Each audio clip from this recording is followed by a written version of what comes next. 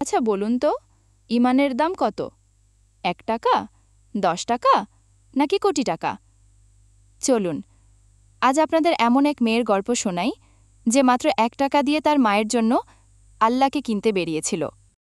দুষ্টুমি নয়, দৃঢ়তার ছাপসহ একটি ৩-৪ বছরের ছোট্ট মেয়ে হাতে ১ টাকার একটি পয়সা শক্ত করে ধরে একদিন একটি দোকানে গেল। মেয়েটি দোকানে গিয়ে জিজ্ঞেস করল, আপনার দোকানে কি আল্লাহ পাওয়া যাবে? দোকানদার রেগে গিয়ে তাকে তাড়িয়ে দিল। কিন্তু মেয়েটি থেমে থাকেনি। এক দোকান থেকে আরেক দোকান, এভাবে সে গুনে গুনে ৩৯টি দোকানে আল্লাহকে খুঁজেছে, কিন্তু কোথাও পাই। অবশেষে ৪০ নম্বর দোকানে গিয়ে যখন সে ভয়ে ভয়ে জিজ্ঞেস করল, চাচা, আপনার দোকানে কি আল্লাহ পাওয়া যাবে? তখন এই বয়স্ক দোকানদার চমকে গেলেন। তিনি আদর করে জিজ্ঞেস করলেন, মা, তুমি যে আল্লাহকে কিনবে, তোমার কাছে কি টাকা আছে? মেয়েটির মুখে হাসি ফুটে উঠল।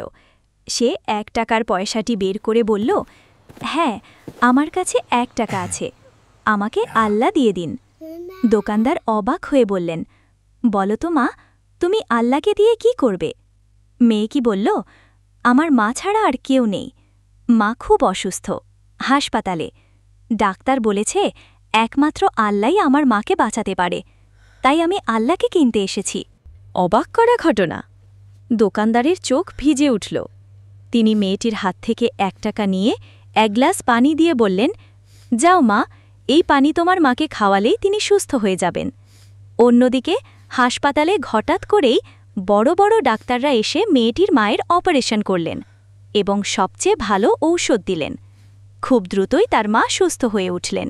সুস্থ হয়ে মা যখন হাসপাতালের বিলের কাগজটি দেখলেন, তখন তিনি টাকার অঙ্ক দেখে অবাক হয়ে কেঁদে ফেললেন। ঠিক তখনই একজন ডাক্তার এসে বললেন, টেনশন করবেন না, একজন বয়স্ক লোক আপনার সম্পূর্ণ বিল পরিশোধ করে দিয়ে গেছেন। ডাক্তার মায়ের হাতে একটি চিঠি তুলে দিলেন। মা চিঠিটি খুললেন। তাতে লেখা ছিল, আপনাকে তো সুস্থ করেছেন স্বয়ং আল্লাহ, আমি তো শুধু একটি উসিলা। ধন্যবাদ যদি দিতেই হয়, তবে আপনার ছোট্ট মেয়েটিকে দিন, কারণ সে অবুঝের মতো ১ টাকা দিয়ে আল্লাহকে কিনে এনে আপনাকে সুস্থ করতে চেয়েছিল। তার বিশ্বাস ছিল আল্লাহই পারেন তার মাকে সুস্থ করতে। সত্যিই তাই, একেই বলে বিশ্বাস, একেই বলে ঈমান।